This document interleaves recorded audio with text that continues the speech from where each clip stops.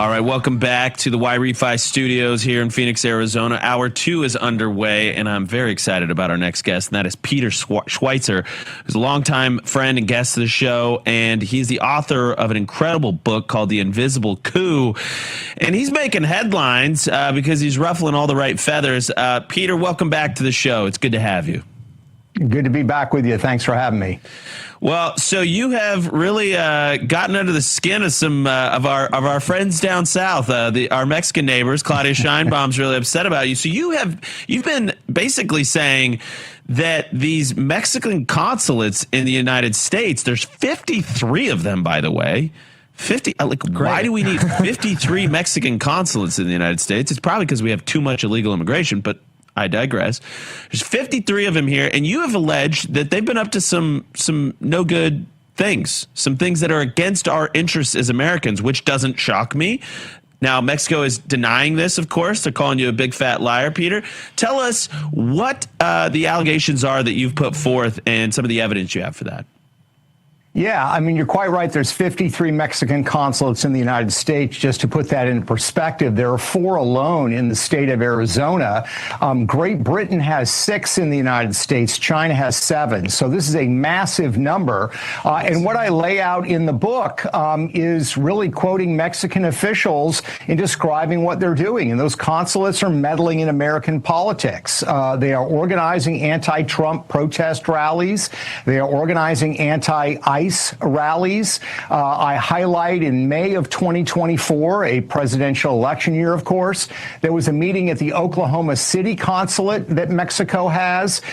There were officials that flew in from Mexico City, consular officials from Los Angeles to Orlando, and the consulates in between all gathered there. And what do? They met with Democratic Party political organizers. And the conversation was about how they could turn states from red to blue. And they bragged about how they had turned California from red to blue, Arizona from red to blue, and they wanted to do more of that. All of this, by the way, comes from a transcript of that meeting that we obtained from the Mexican media. So this is not me alleging this. This is what they are doing. And the bottom line is, I don't think anybody would defend the fact that foreign diplomats are meddling in American politics. You also have a Mexican official that lives in the United States, named Alejandro Robles. He serves in the Mexican parliament. He bragged that in 2025, he was crossing the United States, organizing the militancy against Donald Trump, in his words. So again, why we're allowing foreign government officials to do this is beyond me. Yeah, I mean, listen, I've long been on this. I have a lot of conversations behind the scenes about how the Mexican government is incentivized to help illegals get into the United States, what to do when they get here. And by the way, Peter, send remittances back to Mexico. Mexico wants that money too. And guess how they get it? They get it by sending their people to go get work here and then going to Western Union or MoneyGram or one of these remittance companies that sends it back to their home country. And that's a really big deal, a really big part of the Mexican economy. And they're very aware of that. So what do? They send out pamphlets. They have a Guía del Migrante Mexicano. So they give this to people that are attempting to cross. Obviously, the border is way more secure now, but it wasn't just a little while ago, and there was millions of them coming over, and they're incentivized. So the whole thing, and your point is so well made. 53. There's no excuse for having 53 Mexican consulates in the United States. This is a foreign invasion of another kind, and they're incentivized to turn red states blue because that will give more immigrants opportunity to cross. That because they know the Democrats are pro open borders, so they're going to bring them in. And then you get blue states, you get less pushback against this, you get more remittances. Yeah, no, you're exactly right. It's a cycle that Mexico's elite benefits from. And it's not just a question of, the money or we're going to meddle in politics. That Mexico actually has ambitions in the United States. There's this concept, Reconquista. I always thought it was like a kind of a ridiculous conspiracy theory, except for the fact that Mexico's leaders talk about it all the time. And what they mean is re-exerting sovereignty over parts of of America that they lost in the 19th century as a result of the U.S.-Mexican War, when they sold territories to us.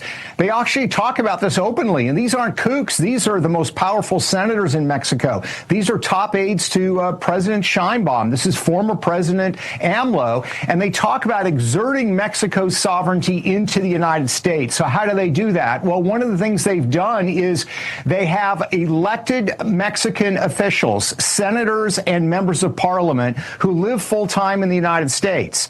And their job is to represent Mexicans living in the United States before the Mexican government. That is a massive erosion of our sovereignty. Imagine if we did that to Canada. Imagine if we said we're going to have a congressman representing Americans living in Alberta. The Canadians would never go for that, and for rightful reason. But that's precisely what Mexico's doing. So this is an effort to use immigration as a weapon, to weaponize immigration. And I think we need to recognize that, yes, it creates unsafe streets, mass immigration, suppresses wages, all the issues that we've talked about for years.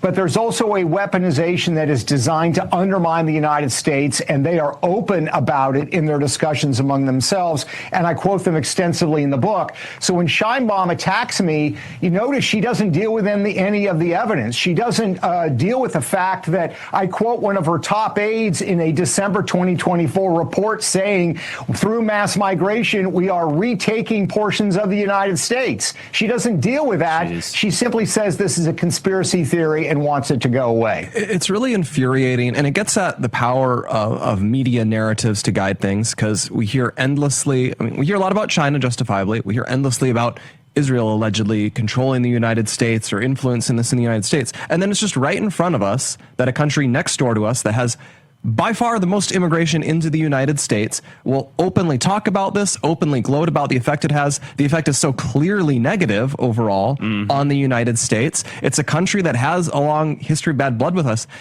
And at the same time, it's like the major media, and even frankly, a lot of the right-wing media, they just almost conspire to just have it not be talked about. And it's almost, I think that's a bigger picture thing, because you think of, does anyone really know Mexico's history in the U.S.? Very few people do.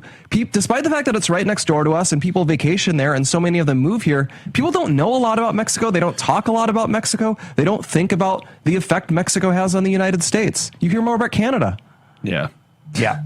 No, I think that's a really important point. And it also, frankly, the people that don't take Mexico's ambition seriously are kind of stereotyping them. I mean, they'll say, like, come on, it's Mexico. They're corrupt. They're kind of hapless. No, I mean, I think that does not give the Mexican political elite not a lot of credit. And I will give credit to the Trump administration. When the book came out, I actually met in the Oval Office with the president, with the Treasury Secretary Besant, and with Secretary of State Marco Rubio, laid out what Mexico was doing, what China was doing. They've taken a lot of action on the issue of birth tourism that I raised with them. But they also announced several weeks ago that they are reviewing the political activities of the 53 consulates that Mexico has in the United States. So, again, in keeping with form, the Trump administration is not concerned about taking bold action when they think it's necessary. And I don't think any other modern president would have undertaken this review with regards to Mexico. So I think it's very encouraging. That's great news, Peter. Stay right there. I want to get into the birth tourism stuff, birthright citizenship stuff, because our audience needs to be reminded. So stay right there. 1 second. All right, welcome back. We still have Peter Schweizer, the great Peter Schweizer, who's been doing great work for a number of years, one of the best researchers in the movement, in the game. Peter, you came on the show when your book launched, and I thought it was so important. You exposed a pretty devastating fact about birth tourism. And we call it birth tourism, but really it's not an aggressive enough term, actually, because it's an invasion. It's a takeover tourism. Yeah. And I mean, when we talk about the numbers of Chinese alone, and then we put that in context of the Supreme Court and that decision on birthright citizenship, I'm not hearing good reports that we're going to get the ruling the way that we should. I'm holding out hope. But just set the stakes for the audience. How big of an issue is this actually? And, and maybe Blake, look at some of the states and the margins of victory versus how many Chinese immigrants there are. The floor is yours, Peter. Yeah, I mean, it's a huge problem. When you look at the 14th Amendment, this sort of radical interpretation that basically the left has proposed, which is anybody who gets their toe across the border and gives birth, that child is granted citizenship, even if the child is raised overseas. When they turn 18, they're going to be able to vote. They're going to be able to get government jobs. They can sponsor their parents as permanent residents. It's a huge vulnerability. And what China has done is exploited this on an industrial scale, as only China can do. So what we found was that there are more than 500 China birth tourism companies operating in the United States and in China. They advertise openly in China. The Chinese Communist Party newspaper, the People's Daily, has run stories encouraging members of the Chinese elite to do this. And what they essentially do is they send their girlfriends, their wives to the United States. They pay this firm. They get them into the country. They give birth to a baby. They get that all-important birth certificate that says born in the United States. They fly home. They raise that child in China. And these are children of the elites. These are military officers, intelligence officers, CCP officials, people with a propaganda ministry, and that child will be raised in China. And then when you look at the scale of it, nobody knows in the United States how many are doing this, because when you get a birth certificate issued in our country, we don't know who the nationality of the birth parents are. But the Chinese have looked at this, and the Chinese government and Chinese research firms say that on average, since 2013, every single year, roughly 100,000 Chinese babies have been born in the United States. Dear God. That includes California, that includes Hawaii, that includes territories like Saipan, which the same rule applies. They get U.S. citizenship. So what that means is right now there are, according to the Chinese, more than 1 million U.S. citizens, I'll put that in air quotes, being raised in China right now. And they're going to be able to start voting around 2030. And again, I shared this with President Trump in the Oval Office, with Marco Rubio and Treasury Secretary Bessent. The White House counsel was there. The president turned to the White House counsel and says, we need to get this to the Solicitor General. And this was, in fact, part of the debate when this was argued before the Supreme Court.